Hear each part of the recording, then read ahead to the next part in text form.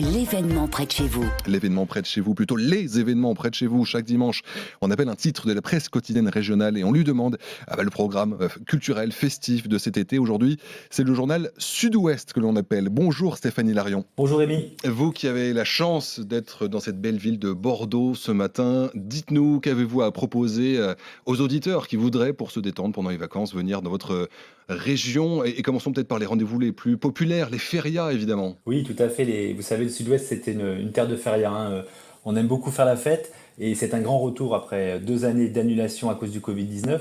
Ce dimanche, par exemple, se terminent les fêtes de la Madeleine à Mont-de-Marsan dans les Landes. Et dès mercredi, il sera temps de passer du bleu au rouge avec les fêtes de Bayonne, la plus grande feria de France, qui va décliner son riche programme jusqu'au 31 juillet. Concerts, défilés, spectacles taurins sont au menu. Plus pittoresque, on peut citer également, toujours au Pays Basque, les fêtes du village d'Espelette, organisées du 5 au 8 août, à ne pas confondre avec la fête du célèbre piment qui se déroule, elle, à l'automne. Oui, ça doit être sympathique. Également la fête du piment, on imagine. Il y aura peut-être l'occasion d'en reparler. Alors pour ceux qui veulent faire la fête, on a compris, c'est les férias. Pour ceux qui veulent écouter de la musique, peut-être un peu plus calmement, il y a de quoi faire aussi dans votre région. Oui, tout à fait. On a choisi à Sud-Ouest de vous partager des endroits et des styles différents. Par exemple, Musique à la rue, le grand festival musical des Landes. Il aura lieu dans le petit village de Luxeuil. Ça se passe pendant 3 jours, du vendredi 29 au dimanche 31 juillet. Alors à l'affiche, Bernard Lavillier, Angèle ou encore Gaëtan Roussel sont les têtes d'affiche de cette 32e édition. Zoom également sur le festival de jazz de l'île de Ré, Jazz au phare, qui se déroule à Saint-Clément-des-Baleines du 31 juillet au 4 août.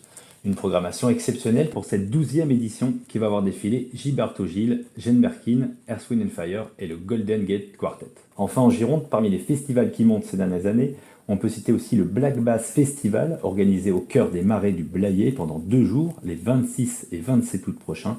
Une prog très rock, avec notamment les groupes Whispering Sons, The Witches ou Nova Twins, sans oublier une manche du championnat de France de air guitare. Ah oui, de l'air guitare aussi, donc il y en a vraiment pour tous les goûts, on a bien compris. Et maintenant, pour ceux qui voudraient éventuellement se balader, se promener un peu, on sait qu'il y a des sites naturels magnifiques dans le sud-ouest. On pense notamment à la dune du Pilat qu'on a vu beaucoup ces derniers jours, malheureusement à la télévision, cernée par les flammes. Est-ce qu'on peut y accéder encore aujourd'hui à cette dune? Alors, vous avez raison, les incendies qui ont dévasté une partie de la Gironde ont été très impressionnants ces derniers jours.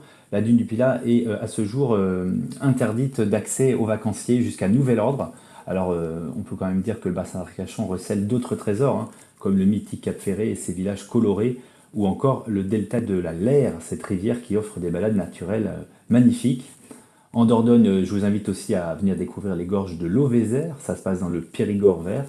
Ici, dans cette vallée profonde creusée par les eaux vives, une quinzaine de kilomètres de sentiers aménagés vous permettront de découvrir cette nature exubérante. Enfin, au Pays Basque, c'est un classique, un incontournable, le petit train de la Rune à quelques encablures Saint-Jean-de-Luz. Il offre aux vacanciers un panorama unique sur les Pyrénées et le littoral atlantique, une attraction qui attire chaque année plus de 300 000 vacanciers. Voilà, ce sont quelques conseils dans cette région où il y a beaucoup d'occasions de se détendre et de se faire plaisir, on l'a compris, et je crois qu'on retrouve d'autres conseils sur votre site internet, hein. Oui, tout à fait. Sur sudouest.fr et son application mobile, vous pouvez retrouver une carte interactive répertoriant 500 sorties et activités à faire en vacances dans le sud-ouest. De quoi faire eh bien, le plein d'idées avant la fin de l'été. Eh bien, merci beaucoup Stéphane d'avoir été avec nous ce matin et à bientôt. Merci.